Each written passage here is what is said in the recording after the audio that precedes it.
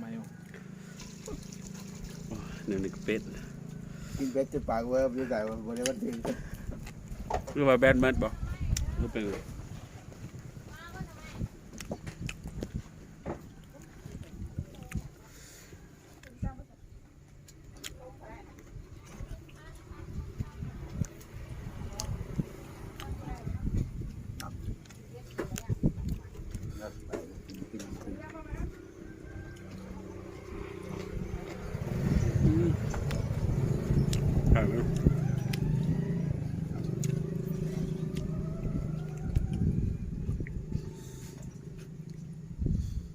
ปีกไก่พันธุ์ตีน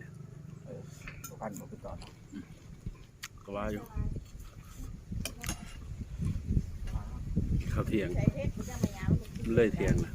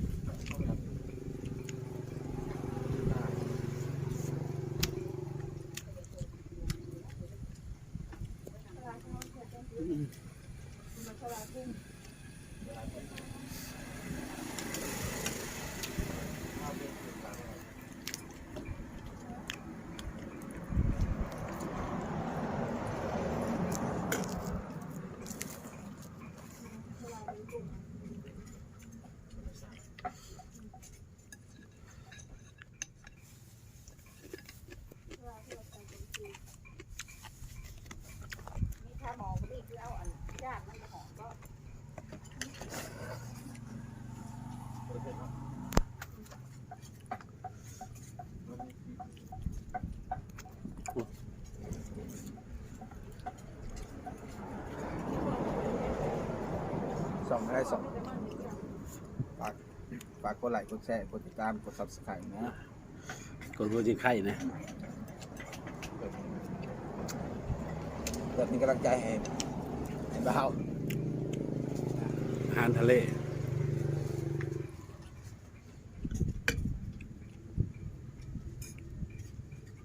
กินอาหารทะเลบ่ได้บ่เป็นแผลบ่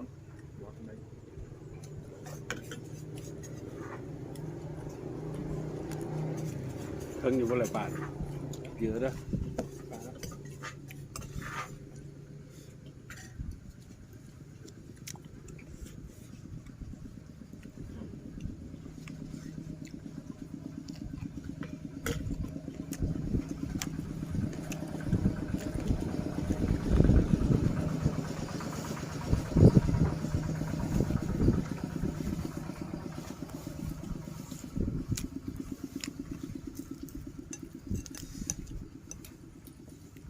อยู่นะเขาเคยจิกันไว้หรือเปล่า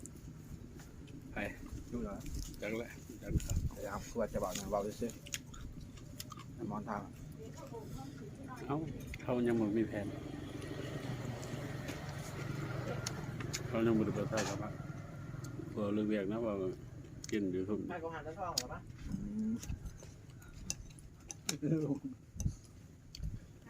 มันถือตัดน้องแบบชื่ออะไรนี่มึงเห็นวิดีโอคุณหลบนะว่ากูแต่บันทึกมาเมื่อยังมึงอันเดียวเดี๋ยวในคุณตรงกูได้เอาลงเลยเร็วนะน้ำหุง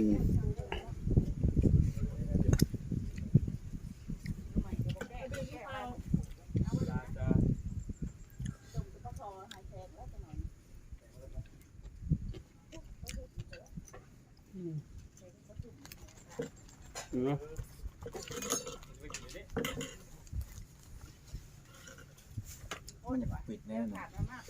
คงใหม่เนาะกินข้าวมื้อนั้นบ่ได้สั่งมีแต่ว่าเอาด่วนเลยมีแต่คนสิไปกินข้าวเด้อ 11:00 นโทรบอกให้แต่มาซื้อปลาคอไว้ต้นนึงก็ว่าต้นละโลต้นอีกก็แกงหน่อไม้กันนี่มันบังนะ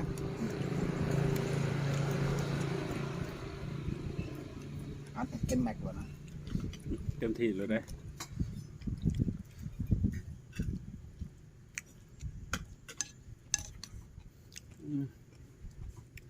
เพิ่มความจดจ่า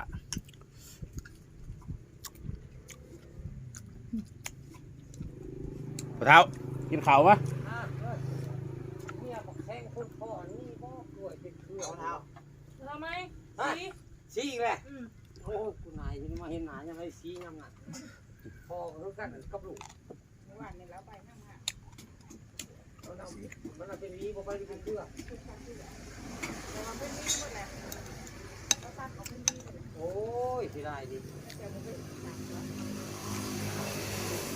จะได้